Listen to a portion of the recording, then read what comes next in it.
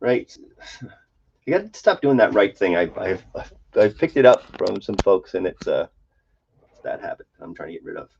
Anywho, so you can tell that I can the diaphragmatic release is not connected to my breathing. Doesn't have to be. However, I find it most useful when it is, and so that's why the whole process. So breathe in through the nose, out through the mouth, in out. When you breathe in, count. When you breathe out, count. Just make sure it's the same number. Have your back somehow free.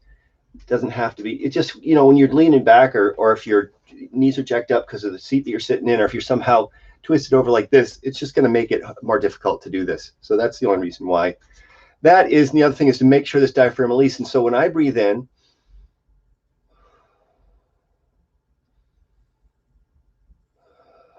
you see this action going on, but you don't see anything happening in the shoulders. It would be cool if I had a little, put my hand on my shoulder while I had my hand.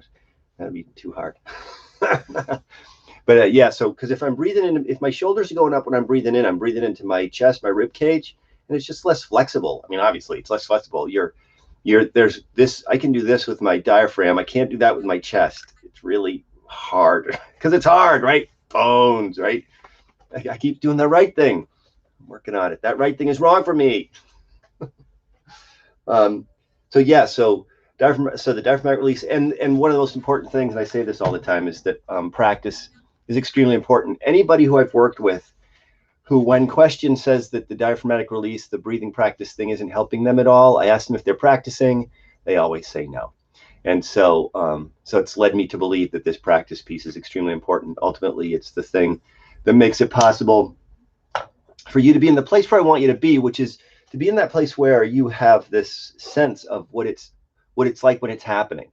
So it's easy for you to go, oh, so you can dive into it during a meeting, when you're having a difficult conversation, when you can't sleep at night, any sort of thing like that, and you're familiar enough with it so that you know that it's happening.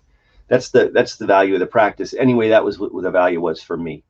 And so yeah, so being really familiar with how that feels is what the practice is for. And so yeah, so those are the ideas. And if you want to know, there's neurological basis behind all of these practices. None of these are mine originally. I just took them from a variety of different breathing practices and mushed them all together because it was the thing that was the easiest. And that's what I needed, because I wasn't going to do something that was too complicated, and that wasn't straightforward like this. Not to discount any of the other practices. There's a bazillion other practices. There's in through the mouth practices. There's all kinds of different practices. It was just too complicated for me, and so I made this one up because it's simple, and because I've been doing it now for like 20 years. So I found it extremely helpful and useful for me in my life.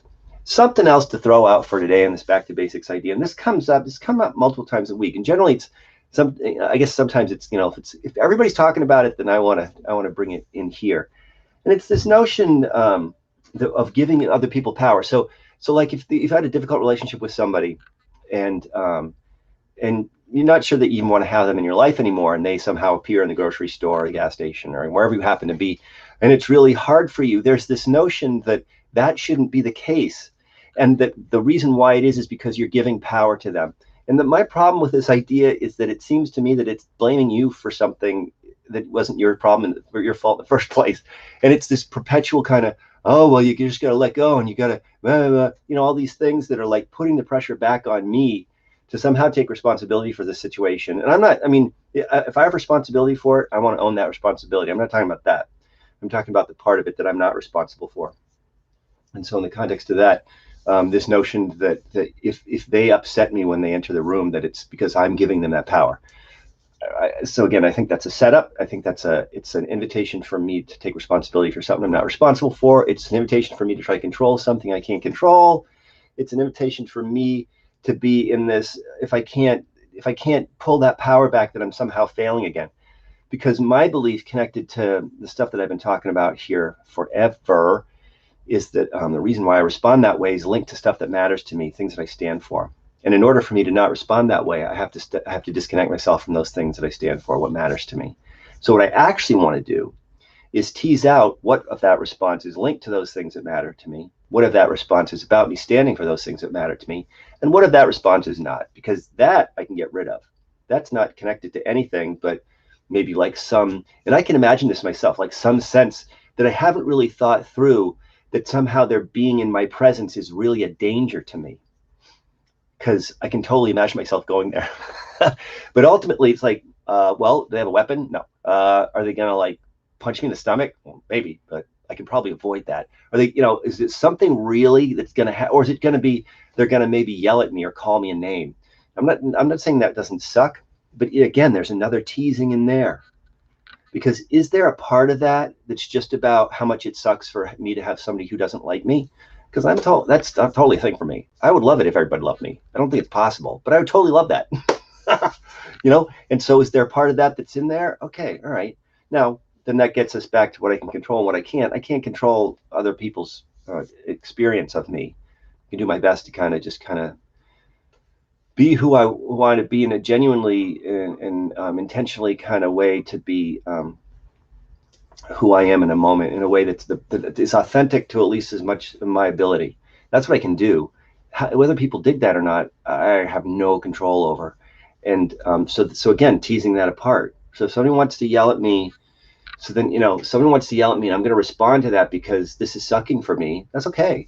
But if I'm responding to that because I really think I'm in danger, that I want to get rid of, because that's really not, at least, in a situation I can imagine, probably not true. I'm probably not, and I'm talking about like lethally, like this person is going to actually kill me.